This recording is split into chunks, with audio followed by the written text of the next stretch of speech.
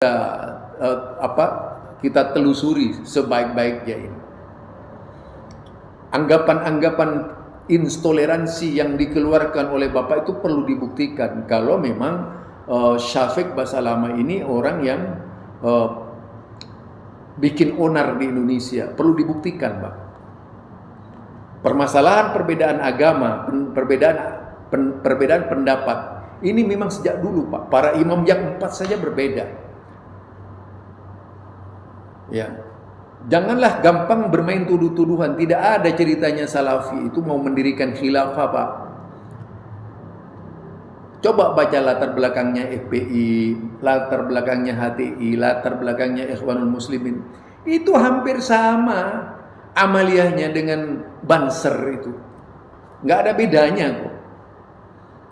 Karena mereka ini didirikan oleh kelompok-kelompok yang masih mengagungkan amaliyah-amaliyah seperti Banser.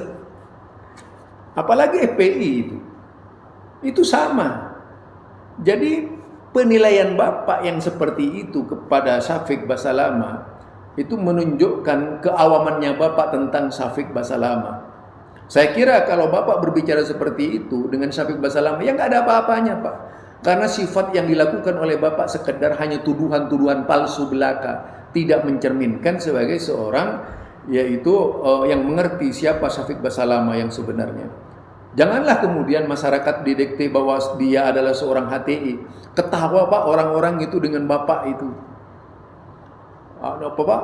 Pembela khilafah macam. Itu makin lucu, Pak.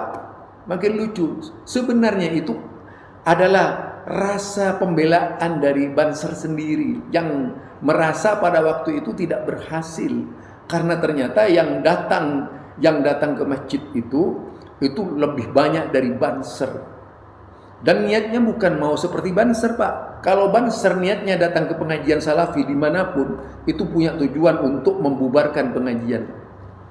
Jadi tidak ada pendekatan-pendekatan sebagaimana ya pendekatan-pendekatan misalnya duduklah bareng di situ, perhatikan apa yang diceramahkan oleh Syafiq Basalamah. Apa? Kan bisa menilai kebenaran apa tidak yang disampaikan oleh Syafiq Basalamah. Biar tahu persis, Pak.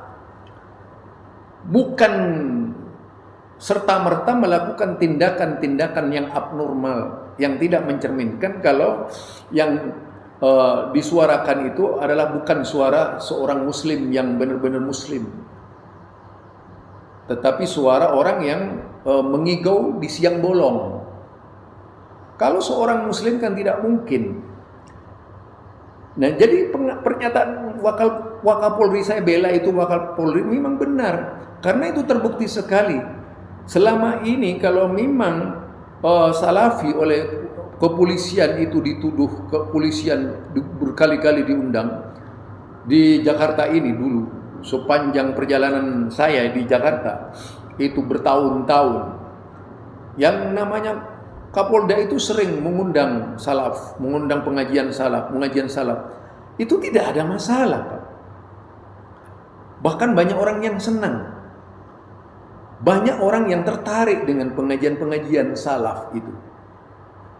Sudah saya sebutkan tadi di zamannya yaitu Tito Karnavian misalnya. Banyak sampai Tito Karnavian ini itu mendatangi jenazahnya Ja'far Umar Talib. Karena memang ketika menyampaikan pengajian-pengajian di kepolisian, tidak seorang pun dari mereka kecuali setelah datang orang ke ini mencabik-cabik pengajian Salafi dengan berbagai macam fitnah yang dilontarkan. Misalnya oleh jaringan Islam moderat misalnya yang datang tiba-tiba membawa konsep kebencian ke kepolisian. Padahal sebelumnya tidak ada apa-apa di kepolisian itu. Orang belajar Islam dikatakan terjangkit penyakit berbahaya. Masa orang belajar Quran, belajar sunnah dianggap itu berbahaya? Itu kan fitnah keji sudah, yang tidak mencerminkan bahwa dia adalah seorang muslim. Kalau seorang muslim itu saling bau-membau, yang dididik itu justru lebih baik muslimnya para polisi dari muslimnya orang-orang yang lainnya itu, Pak. Mereka menjadi tentram, tenang dan sebagainya, tidak gelisah. itu mereka pengendali keamanan, mengerti, bisa membedakan mana yang buruk, mana yang baik. Kemungkinan saja Wakapolres Majalengka ini ngikuti pengajian salafi menjadi saksi. Tidak pernah sebagaimana yang Bapak tuduhkan itu tadi. Biasa dalam agama itu, berbicara bid'ah itu sudah biasa. Artinya Bapak itu sangat kampungan kalau Bapak hanya sekedar membaca dari pihak rivalnya Syafiq Basalama. Harusnya Bapak membaca juga dari referensi yang dipakai oleh teman-teman salafi. Apa pendidikan yang diberikan? Jangan sebentar intoleran. Kayak orang-orang di luar Islam menyatakan begitu. Bagaimana orang-orang luar Islam selalu menyebut Islam intoleran? Janganlah sampai seperti itu terhadap sesama Islamnya. Jangan kemudian merasa paling benar. Itu ya. Buktikanlah bahwa agama yang dipahami dan yaitu dicermati oleh Bapak itu adalah memang ajaran Islam yang sebenar-benarnya. Ini saya lagi ini adalah foto ya. Ini kalau ada foto ini foto ini saya dapatkan di saat saya yaitu sholat di sebuah masjid. Sholat di sebuah masjid di mana itu namanya yaitu di Kampung Melayu ya. Sholat di Kampung Melayu. Waktu saya keluar di hari Jumat itu, tiba-tiba ada orang yang memandang gitu. Saya antara lupa enggak, memang kayaknya memandang sambil tersenyum. Sementara saya sendiri memang enggak kenal gitu. Tapi karena dia memandang, saya ingat wajah seseorang. Tapi sebenarnya belum pernah ketemu. Lah ternyata beliau setelah memperkenalkan saya, ini Ustadz Zulkarnain El Maduri ya. Oh iya Pak, benar kata saya. Kalau berkenan Bapak siapa? Saya tanya. Oh saya di Cilangkap Ustadz, saya dinas di Cilangkap. Saya tahu kalau ini adalah orang Cilangkap ya. Nah itu baru kemudian saya tersadar, ya Allah, kalau Cilangkap itu kan memang dari angkatan-angkatan dan beliau ini dari angkatan laut. Nah menunjukkan kebanggaannya, saya ini belajar ilmu, belajar salaf itu Ustadz, manhaj salaf, itu tenang jiwa Ustadz, benar-benar tenang jiwa saya, tidak risau, yang kemudian mendidik saya menjadi orang yang berusaha selalu meningkatkan ibadah. Coba, orang ini menjadi tenang. Dan itu bukan 1, 2, 3 dari kepolisian. Saya melihat dari kepolisian ini di Jakarta itu marak sekali mereka datang ke masjid-masjid itu dengan mobilnya berhenti. Saya bisa memastikan kalau cara wudhunya, dari cara ininya, mereka ini ngikuti pengajian salafi. Ketika mereka sholat dan sebagainya, saya perhatikan waktu sholat sunnah, oh ini belajar ke salafi. Itu bisa ketahuan. Mereka semuanya merasa tenang. Bahkan yang tadinya anaknya tidak pakai jilbab, itu disuruh pakai jilbab, itu polisi.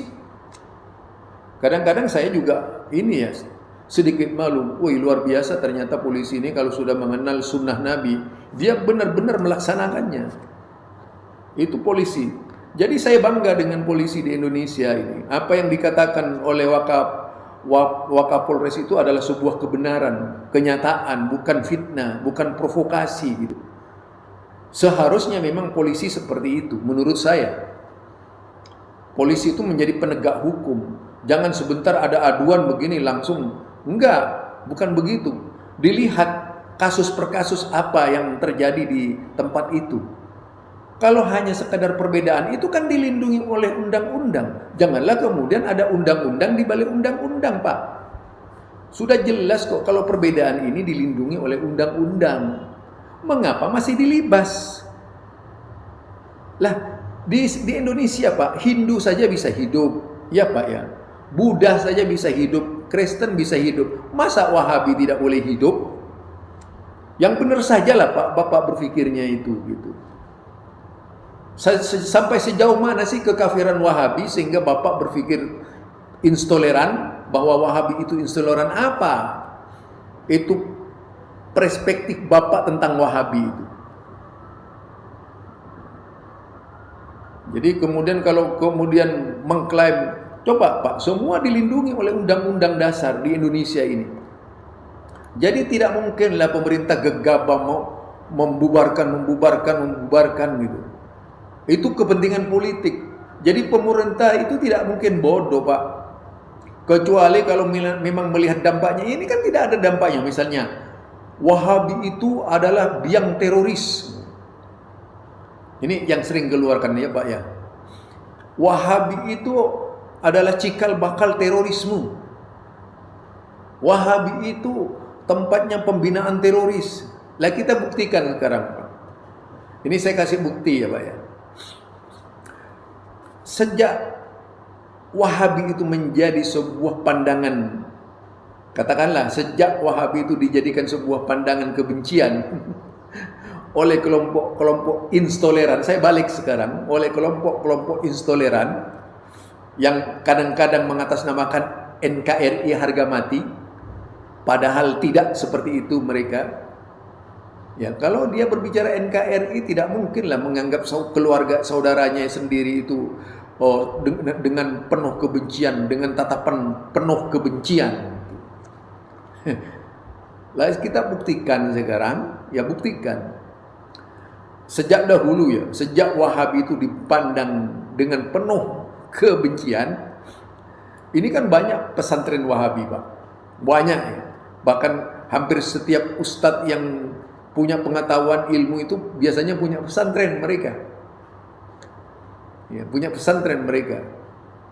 Lah pesantren-pesantren mereka ini biasanya lebih banyak bergerak di bidang tahfidul Quran. Lebih banyak bergerak di bidang tahfidz tadi itu, tahfidz Quran, tahfidz hadis. Karena kebetulan dari keponakan saya sendiri yang dikirim ke Madinah itu adalah seorang tahfidz, pembinaan saya. Saya punya adik saya ini jadi seorang ulama, itu dibina saya. Saya yang membinanya, jadi seorang tokoh salafi di Madura. Saya tidak omong kosong, benar itu adalah kader saya, adik saya, bahkan ipar saya. Adik saya ini seorang pegawai negeri, istrinya seorang pegawai negeri juga. Bahkan beliau sangat adab dan disenangi banyak orang di ruangan tata kantor itu, karena tidak pernah melakukan hal-hal yang di luar kenormalan tuh. Saya bisa menunjukkan adik saya, ini adik saya.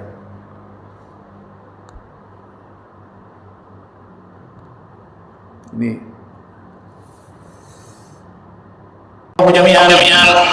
semoga Allah memberikan kebaikan-kebaikan kepada kita semua di rumah yang Allah Azza wa Jalla ini. Patutnya kita mensyukuri nikmat-nikmat yang diberikan kepada kita, utamanya nikmat khusus, yaitu Islam, iman, dan moga-moga kita diberikan ihsan. Bagaimana kita dimudahkan oleh Allah, diberikan ya, kita dimudahkan bagi kita melangkah di rumah Allah Azza wa Jalla ini untuk mukawalah dan kita tidak lagi dilakukan untuk menghormati Allah Azza wa Jalla. Dan ini nikmat khusus. Jika kita ingin iman kita bisa berpuasa Allah, mengkaji hadis Rasulullah SAW, mempelajarinya, jika kita bisa mengenal sunnah Rasulullah SAW. Wa ma arsalnaka illa rahmatan lil alamin. Kami utus untuk memberikan rahmat. Semua yang dibawa Rasulullah SAW adalah rahmat. Hatta pepohonan ya di pinggir jalan tidak boleh kita ya di Semarang. Apalagi binatang tidak boleh kita menyiksa, apalagi manusia seluruhnya. Kita harus berbuat baik dengan siapapun. Tidak melihat sukunya, tidak melihat kelompoknya, agamanya, kepada siapapun kita berusaha dengan kalimah. Dan ini yang dibiasakan Nabi Sallallahu Alaihi Wasallam. Maka rumahnya seperti ini, semoga Allah diberi